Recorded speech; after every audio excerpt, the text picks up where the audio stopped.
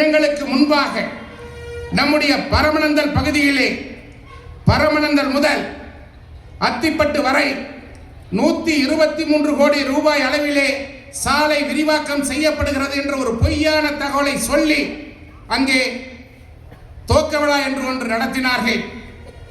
ஒன்றை புரிந்து கொள்ள வேண்டும். இதுவரை நம்முடைய பரமநந்தல் கிராமத்திலே இருந்து அத்திப்பட்டு வரை சாலை அமைப்பதற்கு மத்திய அரசினுடைய அனுமதியை பெறவில்லை, வனத்துறையினுடைய அனுமதியை பெறவில்லை. நாட்டு மக்களை ஏமாற்ற வேண்டும் என்பதற்காக, மலைவாழ் மக்களை ஏமாற்ற வேண்டும் என்பதற்காக இந்த மாவட்டத்துடைய அமைச்சர் அவர்களும் இந்த தொகுதியினுடைய சட்டமன்ற உறுப்பினர்களும் மக்களை ஏமாற்றுவதற்காக ஒரு பொய்யான விழாவினை நடத்தி மக்களை ஏமாற்றி இருக்கிறார்கள். திட்டத்திற்கான அடிக்கல்லை நாட்டியிருக்கிறோம் என்று சொல்லியிருக்கிறார்கள். அவர்கள் வனத்துறையுடைய அனுமதியை பெற்றிருந்தால், மத்திய அரசுடைய அனுமதியை பெற்றிருந்தால், உங்களுக்கு தைரியம் இருந்தால் இதே இடத்திலே மேடை போட்டு வாருங்கள், சந்திப்பதற்கு நாங்கள் தயாராக இருக்கிறோம். மக்களை ஏமாற்றாதீர்கள். இன்னும் 2 மாத காலம் இருக்கிறது. அந்த 2 மாத காலத்திற்கு உள்ளாக நீதியோடு நடந்து கொள்ளுங்கள், நடுநிலையோடு நடந்து கொள்ளுங்கள், நியாயமான முறையிலே நடந்து கொள்ளுங்கள்.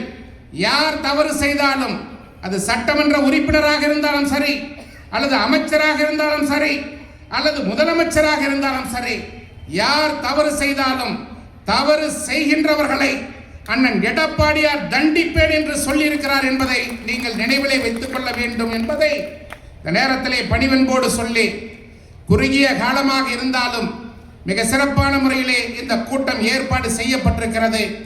இதய தெய்வம் புரட்சி தலைவர் எம்ஜிஆர் அவர்கள் கொண்டு வந்த பல்வேறு திட்டங்கள் இன்று வரை மக்கள் மத்தியிலே நிறைவேற்றப்படுகின்ற திட்டமாக, செயல்படுத்துகின்ற திட்டமாக புரட்சி தலைவர் எம்ஜிஆர் அவர்களால் கொண்டு வரப்பட்ட சத்துணவு திட்டம் இன்று வரை நடைமுறையில் இருக்கிறது.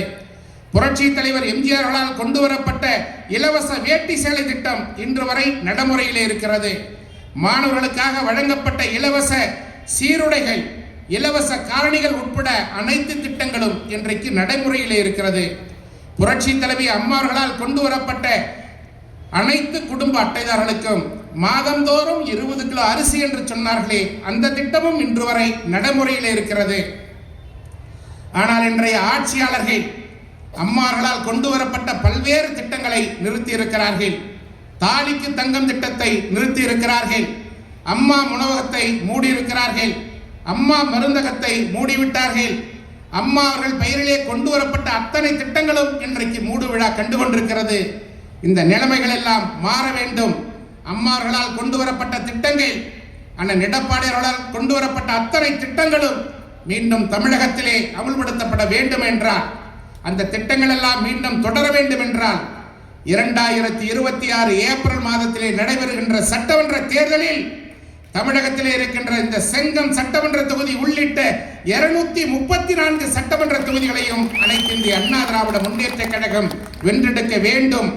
அதற்கு இங்கே இருக்கின்ற கழகத்துடைய நிர்வாகிகள், வணக்கத்துக்குரிய பெரியோர்கள், மரியாதைக்குரிய தாய்மார்கள் அனைவரும் அனைத்து இந்திய அண்ணா திராவிட முன்னேற்ற கழகத்துடைய வெற்றி சின்னமான இரட்டை இலை சின்னத்திலே வாக்களித்து அருமை அண்ணன் எடப்பாடி அவர்களை தமிழகத்துடைய முதலமைச்சராக ஆக்க வேண்டுவதற்கு நீங்கள் உறுதுணையாக இருக்க வேண்டும் என்று கேட்டு தந்த வாய்ப்பிற்கு நன்றி கூறி இடம் சார்கிறேன்.